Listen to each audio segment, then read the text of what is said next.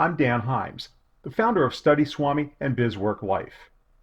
With schools officially closed for the rest of the school year due to the corona lockdown, a lot of parents are freaking out a little. I'm going to suggest that there is a real opportunity here to allow your child to develop a facet of their personality and intellect that otherwise can tend to get short shrift. And if you wrap some structure around it, you might even be able to eventually get them to be largely self-directed, a trait which will pay handsome dividends going forward. One of the most important attributes you can help foster in your child is curiosity. In days that are packed with activities, school, sports, music lessons, homework, kids have lost the opportunity to just explore the world around them.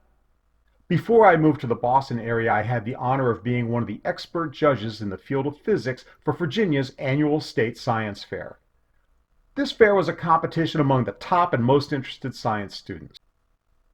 About this time, I came across an article about why so many people who are demonstrably gifted in the sciences, and even the ones who compete at all levels, don't actually go on to a career in science. It turns out that when they're working on their own projects, they're following their own curiosity, and they find a lot of joy and fun in that process. But when they get to college, they can't do that anymore, and their passion dies. With all of these forces working against them throughout their development years, you may want to consider taking advantage of our current COVID crisis and try to rekindle the curiosity that we're all born with. Curiosity is an engine that turns boredom into knowledge and understanding. It's fueled by observation. So how can we kindle this curiosity? How can we nurture it? It depends a little on the age of the student, of course, but there are a few common steps you can take. The basic process is to come up with a question that gets them wondering, especially if it's something you're observing together, either in the moment or in recent memory. Then make sure there's a clear path to finding that answer, and then have an endpoint. The best way to start is by asking questions. Think of something you know she's interested in. Birds or stars, bunny rabbits, or whatever. If the child is very young, it might help if you do a little preliminary research to make sure that an age-appropriate explanation is out there somewhere. Kids can ask the damnedest questions. Maybe you see a bunny in the yard and ask, "What do you think bunnies eat?" She might say, "Carrots." "Well, how do you know that?" She might say, "Everybody knows that," or "Cartoons." You might reply, "I see bunnies sitting in the yard eating right now, and I'm pretty sure there aren't any carrots out there. Can you see what they're eating from here? Maybe it's grass. Maybe it's clover." So at this point, she begins to wonder, but she may still need more prompting. Now, every situation is going to be a little bit different, of course, but you might have binoculars she can use. Or maybe she'd be interested in trying to test to see what a bunny would eat. Or maybe it's time to go to the internet. The point is you guide her in making a plan so that she can pursue her own investigation for a while. The end point may be her taking a few moments to teach you about rabbits. She can draw and whatever else, and even give you a little quiz at the end. Be sure to complain about the test being unfair and to whine about your grade. Teachers love that. Sometimes you can make it creative. She can write a story about the bunny eating grass from the point of view of a blade of grass named Greenie. These interactions will probably trigger more questions, more things to find out about. The important thing is that you are only a guide, and she has to find it fun and entertaining and satisfying to pursue the knowledge. Don't push. Don't let it become a chore you're pushing her to do. Move on to the next curiosity before that happens. You're trying to start an engine here. Allow for the fact it might be a little cranky. Speaking of cranky, if your student is a teenager, you can follow a similar pattern, but expect a lot more independence. Start with a question that arises naturally out of a conversation or activity. Maybe you're looking at stars. Why do stars twinkle? But planets usually don't. What is a twinkling star? Is it flickering because they're on fire? Or is it more like tree leaves twisting in the wind? Or is it more related to the patterns of light that dance on the bottom of a swimming pool? This is a rather involved question, but you can also demonstrate it yourself if you have a laser pointer and a lighter. In this example of a question about twinkling stars, the process will probably start with the internet, and the endpoint may either be a demonstration to you or a slide deck or even just a simple discussion. Again, don't push. It has to be on their own terms. It has to be fun and entertaining and interesting. Following your curiosity is all about intellectual play. Give it time.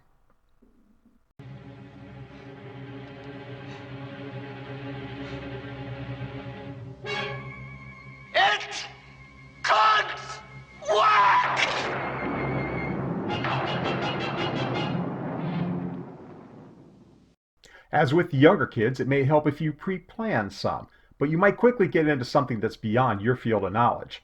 So now you're relying on your student to inform you and explain it to you. And you might actually not pass that quiz, but use the opportunity to probe for new questions that can start the next adventure. Some things you might observe together include listening carefully to a pot of water as you bring it to a boil. When is it noisiest? Before it boils or after it's boiling? Or you can watch drops of water splash into a puddle. Why does one drop create so many ripples? Or if you're going to thaw something that you've frozen in a container, look carefully at the formation of the ice when you remove the lid. The path will probably depend on what you have available to you. For boiling water, if you've got a glass pot and a way to take cool video, you can make some pretty good observations. For ripples, you can try dropping drops of water into a pot of water from various heights. Or maybe you've got some super duper camera that can film in slow motion and video this stuff. For all of it, you can probably find something on the internet and some great YouTube videos to go with it. What usually happens when you try to explain something that's not totally obvious is that you come up with many more questions. The universe seems to always give you more questions than answers, which is what keeps it fun, and occasionally annoying, but mostly fun. For example, if your student looks on YouTube for water drops, she'll almost certainly come across videos of other cool stuff, bullets hitting water balloons in slow motion and things like that. In the end point, the discussion with you or whatever it is, be sure you ask questions about what's going on in those videos too. This sets her down the next path. The important point here is that over the course of a few days, the child, the student, the thinker, learns to explore and investigate to a larger extent on their own. Your concern is supporting the process and the enjoyment and the satisfaction. So have fun, nurture that young brain, and look out. There might be some Mentos and Diet Coke in your future. I mean, why does that even happen anyway? That was awesome. But sorry about your car, man. The site TED-Ed has not only videos, but also some simple lessons to go along with them on many subjects. So if you want to start with a structured approach, once you've found something your child is curious about, you can point them to something on there. Here are a couple of other sites that might have stuff of interest to you. But as always on the internet, not all the stuff on all the sites is appropriate for all audiences, or even all families. So you go first and check them out if you have any concerns about that. As I write this, I am checking in on a live webcam of two young bald eagles, apparently getting ready for their first flight. One seems to be more ready to fly than the other. I know nothing about bald eagles. How old are they when they fly? Is a parent nearby when they first leave the nest?